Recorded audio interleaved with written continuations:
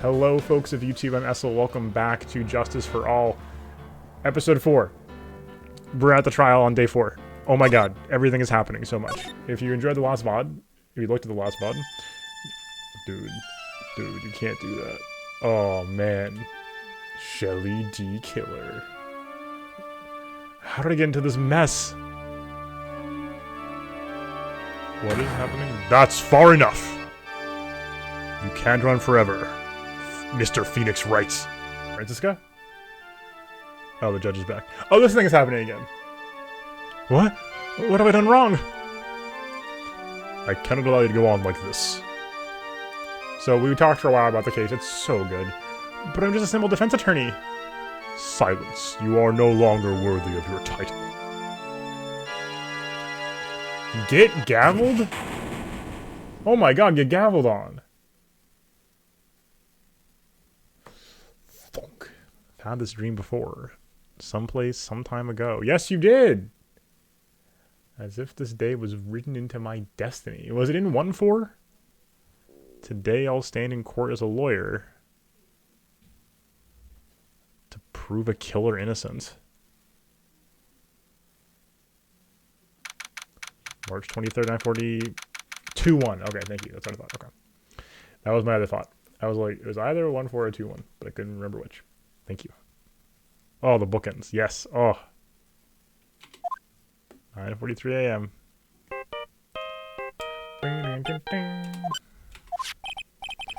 Hello, this is Phoenix, right? You don't look so well, dude. You're gonna prove me not guilty today, right?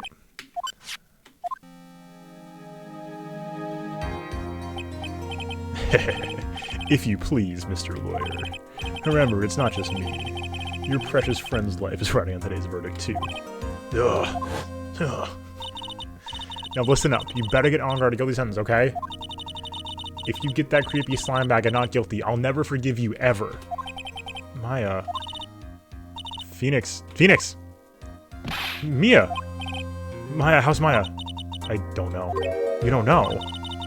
She hasn't tried to channel me since yesterday. Mia, what am I supposed to do? Well, like I said, for a lawyer, the worst times when you have to force your biggest smiles. But you can't give up. There's still some hope left. Stop it, please. There's nothing left. Not here, not anywhere. Ding, ding, ding, ding, ding. It's that cursed onward again. Will you leave me alone? Look, don't call me anymore. I mean it. You're really mean, pal. Ah, Gumshoe. I'm really, really sorry. Where are you? They let me join the investigation team. We're chasing after the killer, pal. Oh, as like a private investigator? Yeah, what's up, Drew? How's it going? Oh, welcome in. Then you have some sort of lead? Sorry, but right now we got 0 leads on the guy. But we're not gonna give up. Gumshoe. Till the trial's over, until the verdict is handed down. We're gonna do everything we can and find the killer. Sorry, guys. We can get Maya out, and you can get on guard the guilty verdict he deserves, pal. That's true, I could do that if they found Maya first. You got that? So you have to do whatever you can to make the trial last longer. I have to make the trial last longer? Oh god. If you go at Mr. Edgeworth with everything you've got, then you two can draw it out. Oh, now I get it. I believe in you, pal. You and Mr. Edgeworth can do it. So, believe in us. We're gonna give it all we got, just like you. Believe in the me that believes in you, Gumshoe. Hey, Phoenix. You understand now, don't you? You have something money will never be able to buy. Friendship. It's the strongest weapon in the world, and you have it in abundance. Yeah. It's like we're coming to the end. I have to make the trial last as long as I can. Gumshoe will come through. I know it. March 23rd, yeah. Shout out, Gumshoe. Here we go. Court is now in session for the trial of Matt Ongod. The defense is ready, Your Honor. The prosecution's been ready for a while, Your Honor. Now, as I recall, we concluded yesterday's session with a big mystery on our hands. Mystery being, what exactly was Miss Adrian Andrews' role in this murder? That is to say, is she really connected to the crime itself? Mr. Edgeworth, if you would please inform the court of yet today's proceedings. Adrian Andrews. She forged evidence that threw suspicion onto Mr. Angad, and then proceeded to escape the crime scene by wearing a nickel samurai costume. The guilt of these actions are those from which she cannot escape. So you're saying she's guilty after all? I'm not finished, Your Honor. Ms. Andrews had nothing to do with committing the actual murder. I would like to direct the court's attention to this card. What is that? It looks like a shell. This is the calling card of a certain assassin. Assassin, you say? That Edgeworth, the Edgeworth animation of him slamming his hand down the table here is so good. It's so crisp. He's so, he's so poised. Funk. So good. Yes, Juan Corrido was killed by a professional assassin. And the person who hired the assassin, his client, so to speak, is Matt Angad. Oh, what a surprising turn of events! Yeah. I would think it's become commonplace by now, Your Honor. I know what's going on this time, so I know everything Edgeworth has said is true, but we still have to hold out as long as we can. At least until Maya is safe and sound. I wonder how the trial will turn out today. Now then, please call your first witness, Mr. Edgeworth. The prosecution calls the defendant's mentor, Mr. Will Powers, to the stand. Shout out, Will Powers. Now then, witness, your name and occupation, please. Okay, I'm, Will Powers. I'm a poor, underpaid action star. And what is your relation to the defendant? Well, that's, I guess I'm sort of a lousy mentor to him in a way, yeah. Mr. Powers, please, you don't need to put yourself down so much. Oh, sorry, well, I'm just kind of a nothing sort of guy. He's so Will Powers. On the night of the murder, you visited the defendant's room. Is this correct? Yes. I didn't know that. But you know, I didn't actually get to see Matt when I went. All you need to do is answer what you're asked. Now then, I would like you to testify about when you went to Mr. Angad's room. Okay, sure. Here we go. Yeah, he needs to power up his self-esteem, absolutely. After the awards ceremony, I went by myself to Matt's room. Oh, this is a new CD. Matt was standing there in front of his room, still in his nickel samurai costume. He was talking with someone. At first I thought it was the bellboy. I watched the two of them for a while, but then I gave up and went back. I guess it'd be that night, and I couldn't make them wait for me. And that was me. Nothing sounds out of place in Mr. Powers' testimony. And talking with the bellboy is no big deal. Oh my god. Phoenix. Phoenix. Phoenix. Bud. You were there. You saw the guy. You saw him both in two different contexts. If one assumes the person Mr. Angad was speaking with was an ordinary bellboy, what are you implying? Well, Mr. Wright, let's have your cross-examination, shall we? Looks like we're in another sticky situation. Huh? A trap. Can't you smell it, Phoenix? But for us to find out more, we just have to charge in head first, right? Well, yeah, like...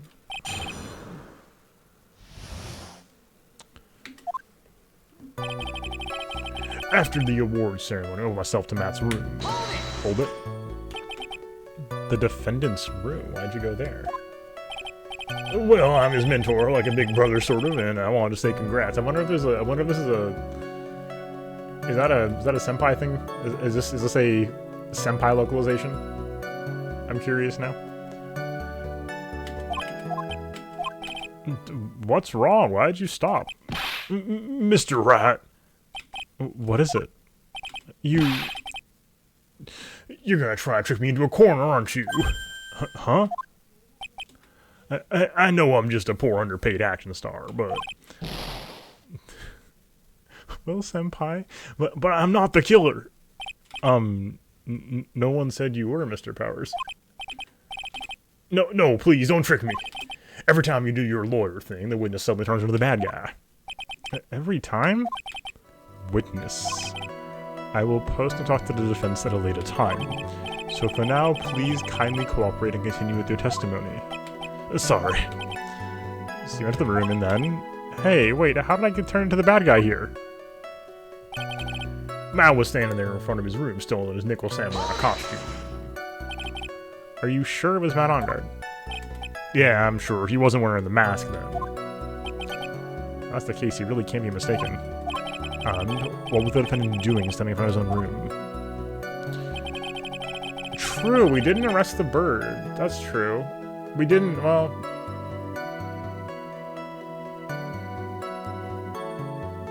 We should have, but we didn't arrest Trilo, right?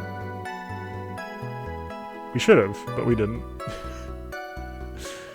We didn't arrest... Who else took the stand?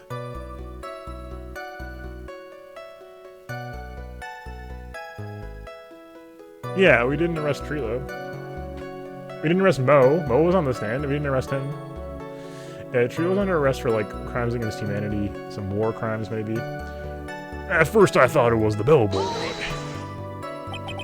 At first? What do you mean by that? Well, he was in a bellboyish uniform and a bottle of juice on... He had a bottle of juice on a tray. Sounds like an ordinary bellboy to me. Yeah, but I didn't think he was a normal bellboy. And why was that? Why did I think that? Why did I think that, Mr. Rhett? How am I supposed to know? Sorry, but I can't remember right now. Sorry. So I'll be patiently on this one. What? I watched the two of them for a while, but then I gave one back.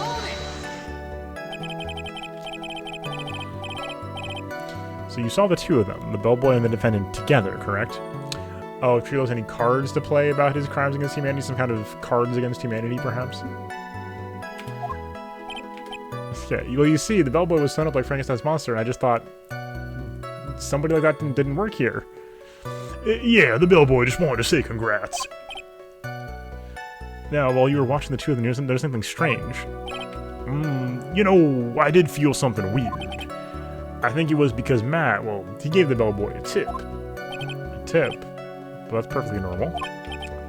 So, how long did you watch the two of them? Not more than a minute or two, I think. I guess it'd be that night. I could make them wait for me. That was me, Phoenix Wright. Who are these guests you're talking about? You guys, of course. You and Maya and Little Pearl. I thought it'd be really rude since I invited you guys if I disappeared on you. So I went back to my seat pretty soon after seeing Matt in the hallway. It's like squeezing water from a stone. It's probably pointless to press further. Do you remember this incident? Did Mr. Powers leave his seat that night? I don't remember that happening at all.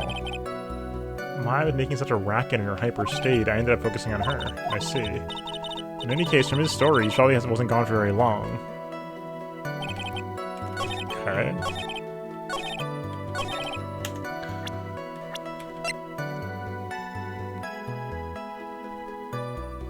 I mean... It's so not gonna work, is the problem. It's so not gonna work.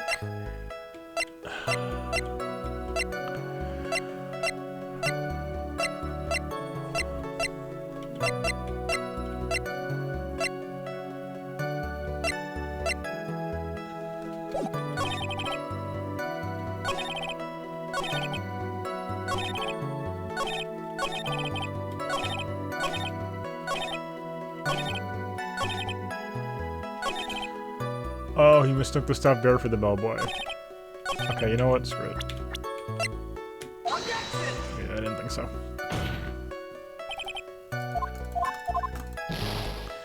I had to do it. I'm not gonna not do it.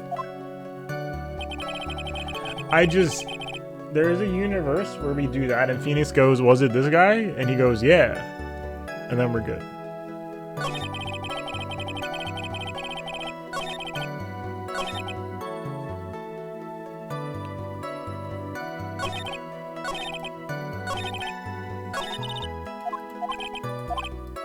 What? Oh. What? Nothing seems that wrong.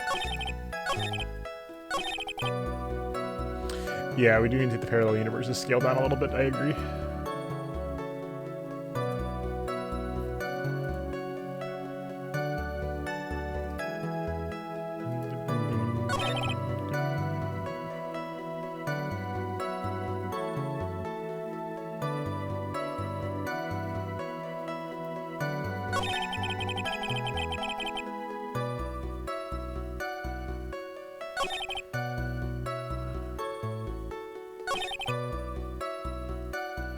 What?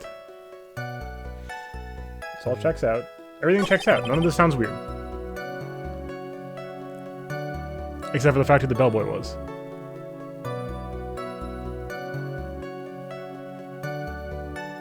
Or the tip. We can't like be like, oh, how much was the tip?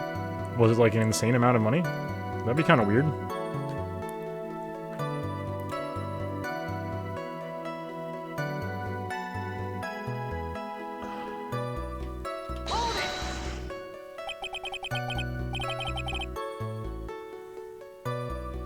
This is the circuitous, like, you're gonna turn me into the bad guy.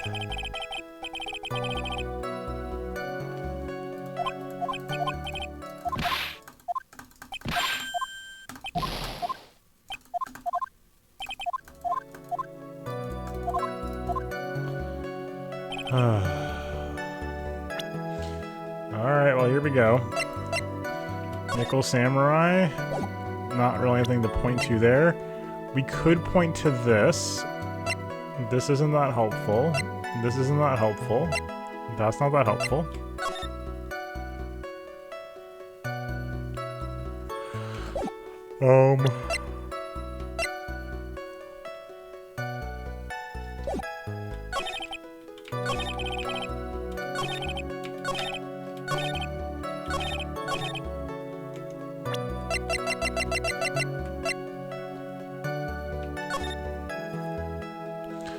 I mean, is this the juice?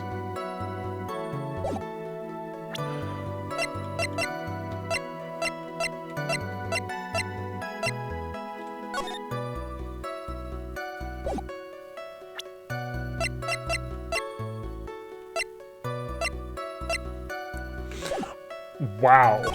I don't know if I've ever been this, like, confused about how to proceed so far. There's usually, like, too much weirdness, and I'm not sure how to proceed with, like, the thing. I don't even know what's wrong yet.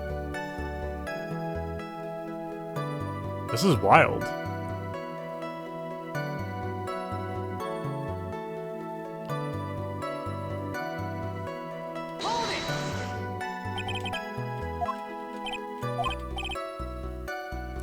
Thank you for your points offering, Shrew. Appreciate it. Long Karma Senior.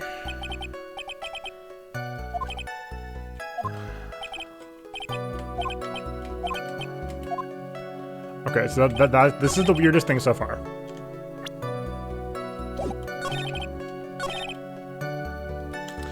Pinpoints. Great pun, thank you. Thank you for the points.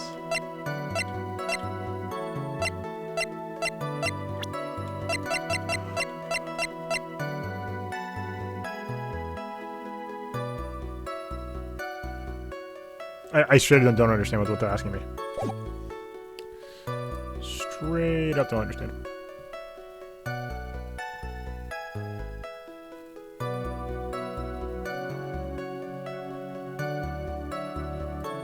Straight up. Okay. We can poke at the bellboy being sus, Matt being sus but giving him just probably a very large tip, but like we don't have a message to point to with that. At first I thought it was the bellboy. What was that?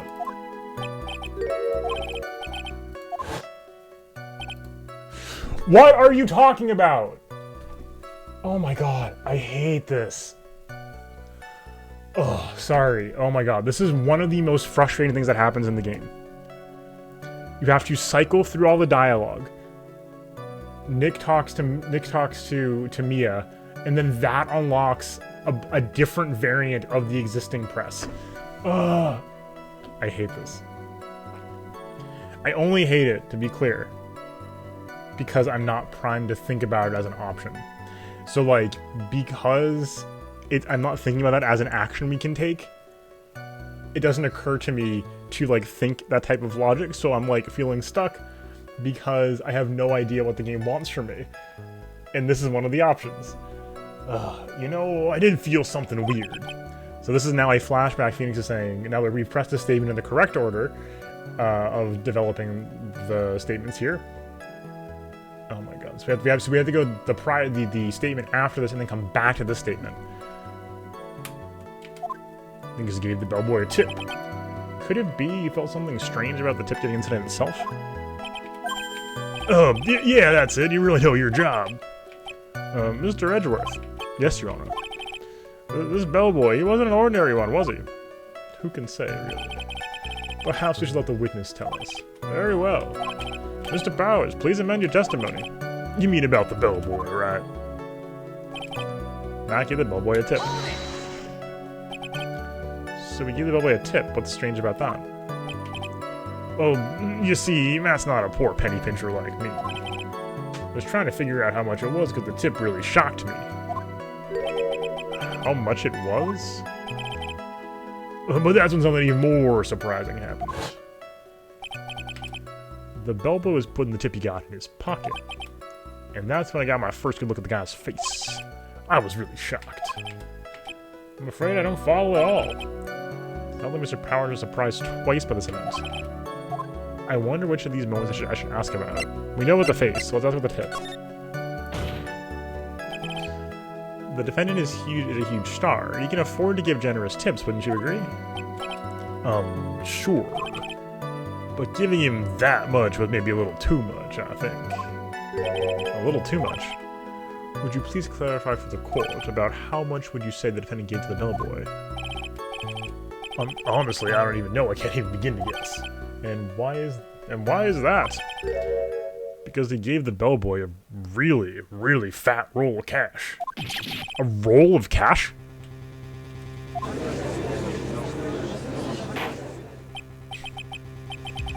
I couldn't tell how much the tip was because it was in some strange currency yen, I think? Well, how interesting. Certainly was a very generous tip, wasn't it? A very fat roll of cash. And how would it be called a tip, Your Honor? The judge is looking suspicious of us. Just objection. The defendant's a superstar. That kind of tip is difficult to pay fair for people like him.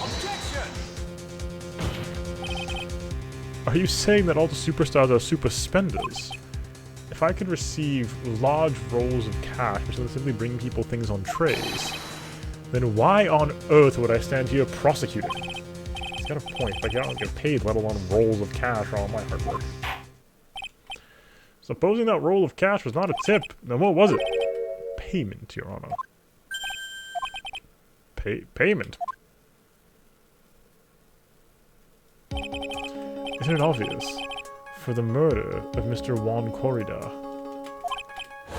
Then the bellboy the witness saw? Yes, he was the assassin. Yeah, man, I bought a $4,000 toothbrush. He can afford to give, like, a roll of cash to somebody as a tip. Hold your horses now. Mr. Edward, do you have any proof of this, dude? Have I ever been unprepared to support my claims, Your Honor? I have here the car that Shelley the Killer left at the scene of the crime. Shelley D. Killer.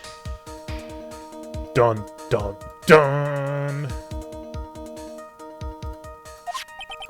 He is the person the police special investigations team has been chasing for ages. I am certain the person this witness saw was this very assassin, Shelley D. Killer. Really? What's wrong, Mr. Powers? No, nothing. Something just clicked in my head, and I think I just figured something out. Oh? Actually, I saw that bellboy again later on that night. What? Mr. Powers, please testify. Tell us what you saw. Yes, sir. Right away, sir. The second time. Alright, here we go. Alright, now I'm ready. Gears are turning. The mental engines are juiced up, ready to go. This time I was in that hallway because I had to go to the bathroom. And that's when that bellboy I saw earlier came out of the room. Of course, when I say room, I mean Juan Corrida's room. Now I think about it, that bellboy did kind of seem out of place. Yeah, so we had to be the assassin, I'm sure of it. I mean... Thank you very much. That's all we need for now. Huh? But I'm not done. There's still more. Let us first establish that the bellboy was truly Mr. the Killer. Then we shall see. The bellboy came out of the victim's room. And that bellboy really was the assassin. I think the answer is fairly obvious. That would be correct, Your Honor. Well, Mr. Wright, I believe it's your turn to entertain and make us laugh. Ha, ha, ha, ha. This is no laughing matter. I know. I know. We're just stressed.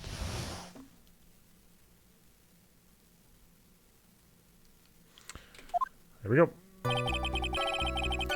This time I was in that hallway because I had to go to the bathroom. What time was it? Well, I don't remember. They wore some rain around 8 p.m., right? And I went to the bathroom pretty soon after that. I came back. I went to the bathroom. So I guess maybe it was around 8:10 by that time. You're not one for details, are you, Mr. Powers? How would you remember from like 3 days ago? I'm sorry. I thought I could maybe catch Matt and say my congrats. And that's when the bellboy started leaking out of the room. Are you sure it was the same bellboy?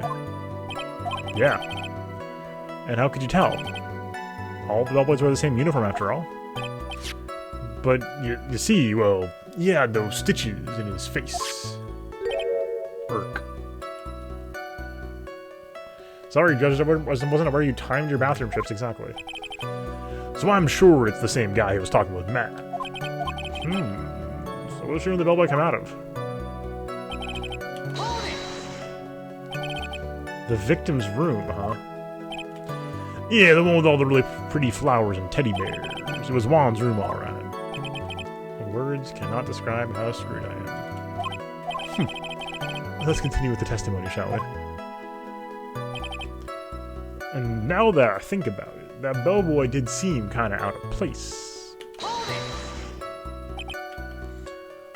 So what exactly was so out of place about him? Right. Why the insipid grin? Maybe because I have no idea what damaging thing he's gonna say next? Well, the bellboy was empty-handed. Empty-handed? That bellboy was one of those room service people, right? But he wasn't pushing a cart, he wasn't holding a tray either. Call that a little strange, too, wouldn't you? I agree, it is a bit strange, Mr. Powers. But is it really that unusual for a bellboy to be empty-handed? What should I do? Should I let it slide, or... This sounds very dangerous. Try to pull a fast one. It's also very funny, though. Let's give it a shot. There's nothing strange or unusual about an empty-handed bellboy. The fastest objection in the West, they call me. But there really is. There really isn't. You two are done being school children. Bellboys offer room service. There is no reason to be empty-handed ever. Your Honor, I asked that the witness's previous statement be supplanted with the new one.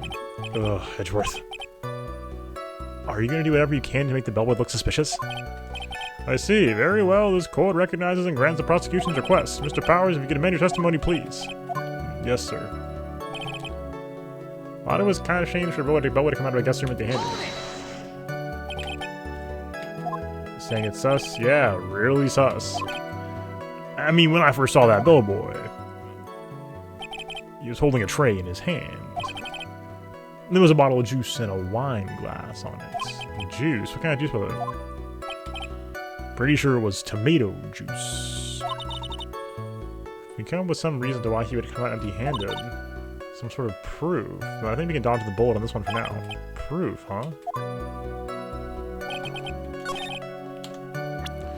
Easy clap? He put the juice in the room? How is everybody having a hard time with this? Mr. Powers. Yes. You're easily influenced by other people's words, aren't you? As soon as you heard the bell, I might have been the killer. You got caught up in believing it must be true. But isn't he really suspicious? He's got all those stitches and... So, a baseball has stitches. Are you saying all baseballs are suspicious because they have stitches? Oh. Well, there's also, what about him being empty-handed? Like, that's the court. Please take a look here. Yeah, baseballs are suspicious inherently. Yeah, that's true. This is the crime scene.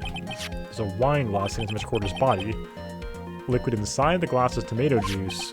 And now, if you look at what is on top of the table in the lower right corner here, anyone can clearly see that it's a tray with a bottle of tomato juice on it. The bellboy had just brought this to Mr. Corrida's room. Left the tray in the room, which is why he was empty-handed when he left. But, I mean, the bellboy had seen and left the dead body in the room. Ah, but can you prove Mr. Corrida was already dead at the time? Mr. Edgeworth! Yes, I blame you for leading me down this route. I'm terribly sorry. What is with him? Why is he laughing? Witness, isn't there one more thing you'd like to share with us? Is there?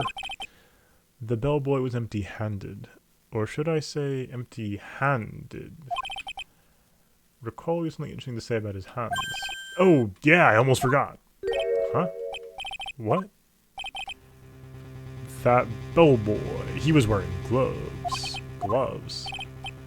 Yeah, pitch black, leather ones. All the other bellboys didn't wear gloves like that, right? Black leather gloves. Why'd you mention them earlier?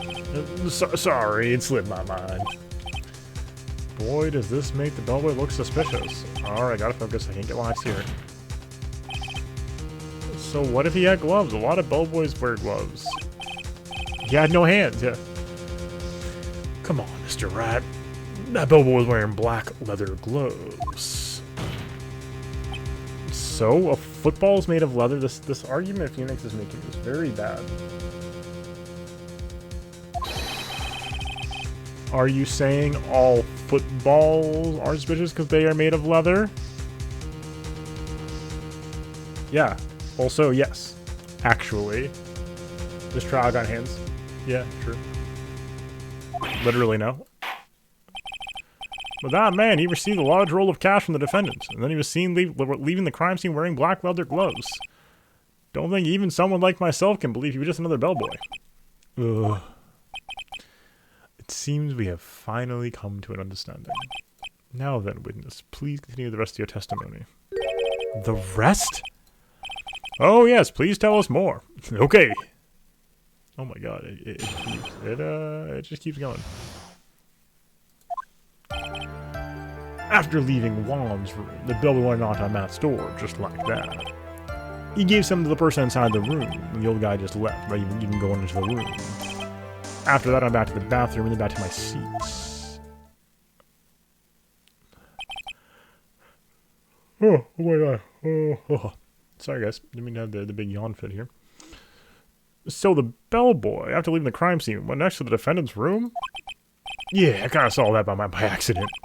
Some accidents that you saw too much. And all of it was suspicious to high heaven. I think it's safe to say we can no longer consider this bellboy to be normal. Now then, let's get started, shall we? Mr. Wright, to cross-examination, please. Yes, Your Honor. Alright. Here we go.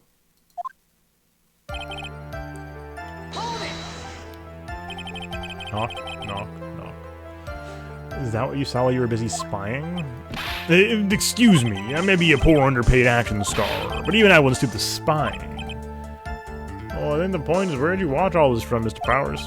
Oh, the door of the bathroom, my left eye, and the sort of sneaky spy-like. I knew he was spying. Please, does it really matter if he's doing it over underhandedly? What did the bellboy do next? That's all I care to know. Okay. He gave something to the person inside the room. I said hold it. He did say hold it. And now you can hold it for 1 second. I'll be right back. 1 sec, folks. If you're on the VOD, this should just pause. But if you're on Twitch, hold up just 1 minute. And we're back. I said hold it. Okay. That's better.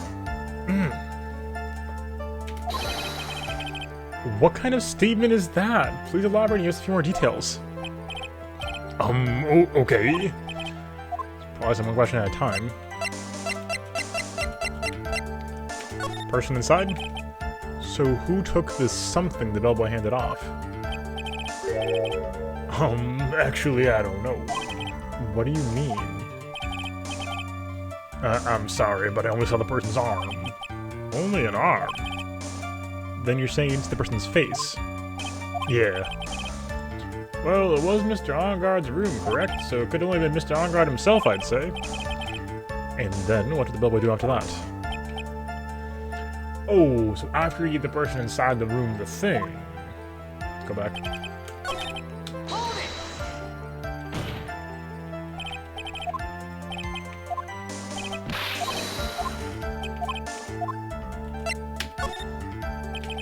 He gave something to this person? Yeah. And what was this something? If I remembered what it was, I wouldn't be calling it a something, would I? I know, yeah, right? Like, Powers is... It's very cool. We've changed the context of the game pretty dramatically here. We are, like, in actuality, like, playing... We are now, like, very... Not just, like, sometimes bluffing. We are very intentionally trying to buy time by just throwing up objections and other possibilities to the court. Very interesting. Well, this implies something was removed from the scene of the crime. Are you sure you really can't remember, Mr. Powers? I think it was something kind of small. Would like to summarize testimony up to this point, if you don't mind. When the bellboy left the crime scene, he immediately went to the defendant's room. There, he handed a small item to some sort to the person inside. As for the person who received the item, all you could see was the person's arm. Yes, yeah, it was just like that. Mr. Edgeworth, is all this really that important? Of course, Your Honor. I think this is of the utmost importance. This is when whatever was removed from the crime scene was handed over to the client. Mr. Powers, please try to remember what it was the bellboy handed off. Well, let's see, I think it was... No. If you remember, please add to the testimony. Yes, sir. Oh. If I saw it again, I would say for sure, but I think it was some sort of wooden statue. A statue? Yeah, it kind of looked like one, I guess. If I saw the thing again, I'd probably remember, you know... Wait for this trial to proceed. I'm gonna have to come with whatever the statue thing is and show it to him. Take a chance, Phoenix. Alright. Interesting. To the evidence! Huh.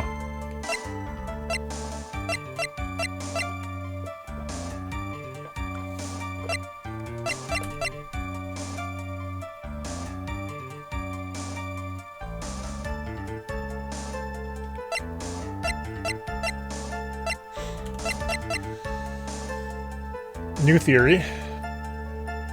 New theory. This is a puzzle box, and the suicide note is inside. It was Trilo. I don't want to think about Trilo again. But yeah, that's my new crack theory, is suicide note inside the bear. Ellipsis. What was the point of that pregnant pause? Where did that objection come from? Well, speak up. It was me, Your Honor. What is it, Phoenix? I have a feeling something bad is going to happen once I show this. Mr. Wright, if you have something to say, please spit it out. Yes, Your Honor. Okay, Phoenix, deep breath. Mr. Powers, the something you saw, was it this item? Oh, hey, that's it, brother. That's the something. Wow, Mr. Wright really figured it out. I recall we found this in Matt Engarde's mansion. At the defendant's house? What does this mean? It's simple, Your Honor. Shelley the killer assassinated Juan Corrida in his room. And then he stole this wooden bear from the scene of the crime. Then the bear being found at Mr. Engarde's mansion would mean... It goes without saying, Your Honor. Mr. Matt Engarde is the killer's client. might say it bears the note. You could say that. Order, order, order. I said order. Mr. Wright, this is the most unfortunate turn of events for you. Yeah. Sorry, Mia. No, it's alright. You just want to sound. Actually, I figured the bear would come up. If not now, would have later on. Even if you hadn't shown it to the court, I'm sure your friend Edward would have. Just got to you about it, too. I think it's closed. No need for us to continue the trial. I can't let this happen. I have to do something. There has to be something we overlooked. Your Honor, a minute, please. Yes, Mr. Wright? There are still a few points that we haven't fully explored. What are you trying to pull? Well, we can't have that. Alright, Mr. Wright, which questionable point would you like to explore further? Yeah, it could have been Andrew's.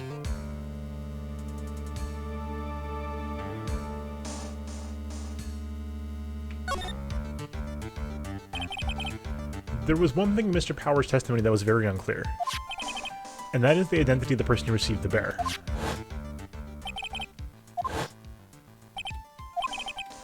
As long as we don't know who it was that took the bear, we can't be sure of... Ah!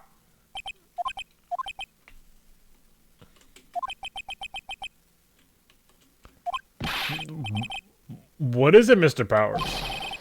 You're gonna scream like that, at least give us a reason why he's morbing. Everybody stand back, Bill Powers is beginning to morb. Oh, yeah, sorry, brother. Actually, so, I remembered who took the bear. What? Really? I mean, I only saw his arm, but the arm... It was the Nickel Samurai's arm, I swear. Okay, that doesn't help, though, because Adrian was also wearing the costume that night. You've gotta be kidding. Are you sure of that, Mr. Powers? Yeah, I'm sure it was the Nickel Samurai. But there were two costumes there that night. Order, order! Looks like you've dug your own grave yet again. What time is that today? I've lost counts. So the person who took in this little bear was the Nickel Samurai. I only just remembered the person had cog arms, you see. And as we all know, Matt On God is the Nickel Samurai. Can we please object? Thanks to the defense, we've made it all the clearer. Mia, help! No time to act lost. Gotta find another angle to attack this. Hurry. Hello? Your Honor, again, Mr. Wrights? Okay, by the time you were moved from this court, Mr. Wrights. Okay. Still questionable while left unanswered. What are you trying to pull? I'm losing my mind! Really? That's actually really surprising. Because Adrian was in the room, right? Or could she have? She could have been in the room. That's, I don't know about that one, Chief. Maybe I'm wrong. Maybe I got the timeline wrong. Maybe I got the timeline wrong. It seems a little weird that, like, this is like the first time we've treated the costume as unambiguous. You know what I mean? Like, every time the costume came up in 1.3 and 2.4 so far, it was in an effort to make it clear that it was ambiguous who was inside. And this is the first time it's not the case. It seems very weird to me.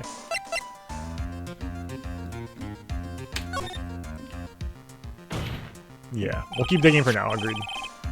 I think it's fairly obvious the bear itself is very questionable. The bear, Mr. Wright? This was found in Mr. Ongard's mansion. However, Mr. Ongard was arrested at the hotel that night. Which means that since the murder occurred, he has not had a chance to go home. Oh! I think Your Honor's already figured out what I'm trying to say. It is not possible that it was Mr. Ongard who took this bear to the mansion. Why? That's very true. We didn't consider that, Mr. Wrights. There was no way, time-wise, for the defendant to have taken this bear home. Whew. Disaster averted scene. Easy clap. I haven't gotten the best of me yet, Mr. Wrights. Huh? Remember it clear as day. Remember what you muttered to yourself at On Guard's mansion. Yeah, do not few, Phoenix. Never few. Well, sorry, so no way for him to escape. That butler all the time he was D-Killer. Not those Phoenix. He was D-Killer. Shelly D-Killer. D-Killer and On Guard were working together, so to speak. And the killer was hiding in On Guard Mansion as its butler. What a bold move! So true. The bear figurine was brought back to On Guard Mansion by the killer himself.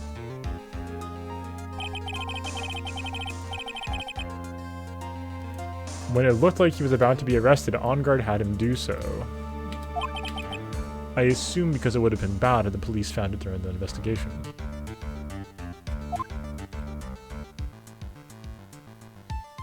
Oh no, I'm sorry, Judge. You're not actually the killer. Well, Mr. Wright, you've been quiet for a while now. This is too much. Isn't there anything I can attack at all? Me, when I am not allowed to attack in a Magic the Gathering game. I think we've heard enough. We now know why this bear figurine was at the defendant's mansion. As well as who it was that received the bear from the assassin in his room. Everything has become very clear. The client who hired the assassin with the murder was Mr. Matt Onguard. I see no reason for this trial to continue, therefore I will now hand down my verdict. Thank you, Your Honor, for your understanding. You see, Mr. Wright, you could not win against the truth, could you? You knew it would turn out this way. After all, what Edgeworth has stated is the truth. Any last objections, Mr. Wright? Well, do I? What should I do? Right, he was hiding as D. Butler, which is a different disguise from D. Bellboy. Edgeworth, you're not doing a good job helping us stall. Agreed. Well, now announce my There's only one way for me to drag this trial out. The only thing I have left is this one dirty trick. Your Honor, right now we have these two reasons to believe my client is the assassin's client. Reason 1, he accepted the bear figurine from the assassin. Reason 2, that very figurine was found at On Guard Mansion. However, it's possible this is all the work of a certain other person. I hate this. That sucks. What are you saying? What I'm saying is, it's possible a different person is the killer's real client. The real client? Yes. Is this all you have? Now then, Mr. Wright, let's hear your theory. Who do you say is the killer's real client and therefore the real murderer?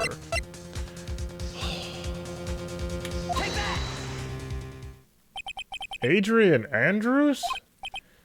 Yes, we already know that she tried to fame Matt Onguard for the crime. I'm sorry, Francisca. Okay, good. Sorry, I wasn't going crazy earlier. By wearing a spare Nickel Samurai costume. Oh! Then the Nickel Samurai's arm that I saw. That could very well have been Ms. Andrews.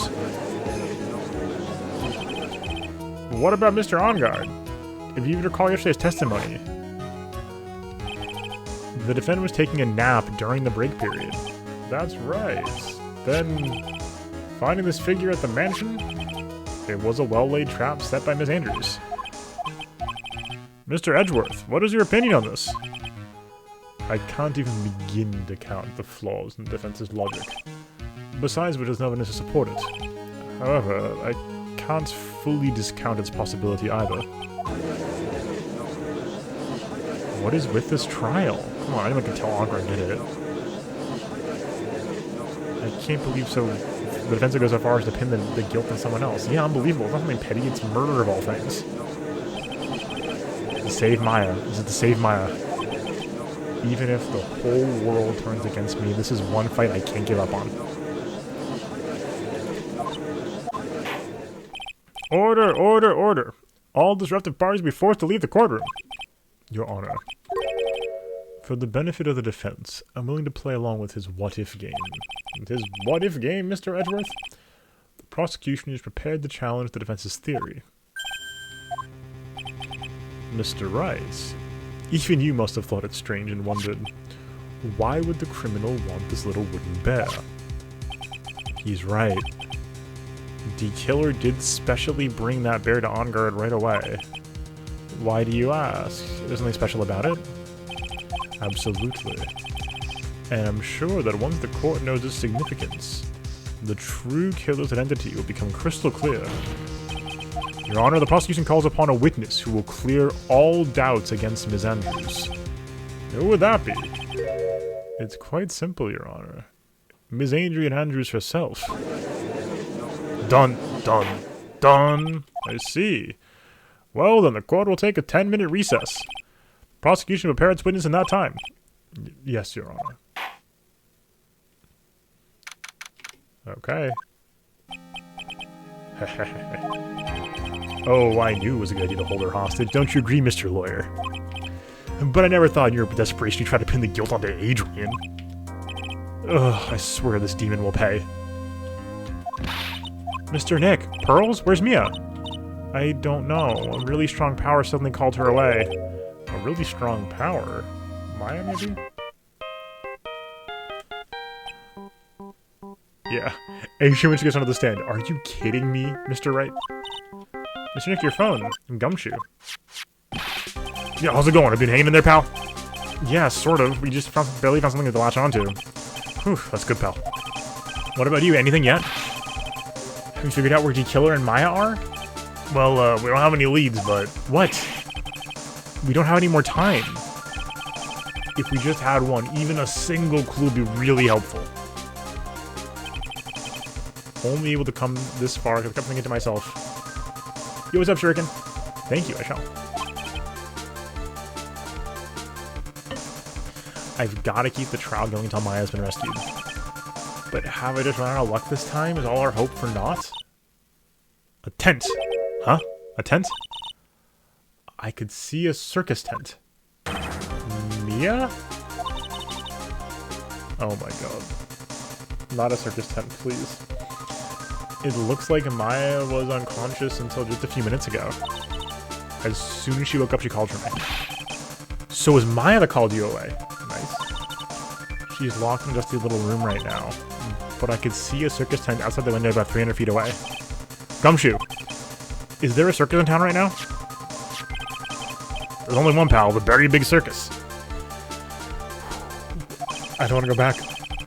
Maya is somewhere within a 300-foot radius of the main tent. What? Okay, hold on a sec, pal. Hey, draw a circle on that map about a 300-foot radius in the main tent. Hurry. And I can see a mailbox under the window just outside. Gumshoe, also a mailbox. Okay, what else? What else, Mia? I'm sorry, but it was a small window. I couldn't see anything else. I feel like it was in an old office building in the 3rd floor or so. I heard her. An old office building. Good stuff, pal. Okay, just hang in there. Just a little longer, pal. Wish us luck. Good luck. I'll call you later. Don't let your battery die, okay, pal? Beep. Mia, Maya's not hurt, right? She's in a pretty bad state, Phoenix. She's being starved. Gumshoe, please hurry. It's like we're out of time. Are you alright, Phoenix? It's only a matter of time before Maya's rescued. I can do this. Just have to make this trial last a little longer. Bum, bum, bum, bum, bum, bum, bum. I have a question for the class. Is there a save point in trial part 4?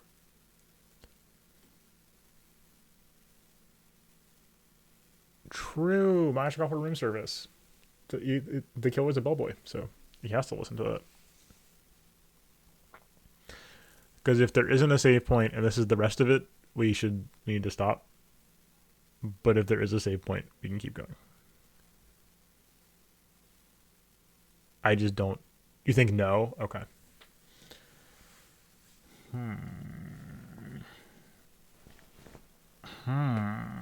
Yeah, that's what I figured. Okay. Yeah, because I don't want to rush it, and I got to go a little early tonight, so... Okay. Alright. Court will now reconvene. Next stream. Yeah, that's what I figured. Unfortunately, it's an awkward time for me tonight, IRL. So, if you're watching on Twitch, don't move. If you're watching on YouTube, though, thank you so much for being here. Hopefully you enjoyed today's VOD. If you did, consider subscribing below to find more from me. Playlist above for more. And come by the Twitch stream, twitch.tv/SL_TV, Sunday through Thursday, 7 p.m. Eastern for more video games. Hopefully we'll see you soon. Until next time. Peace.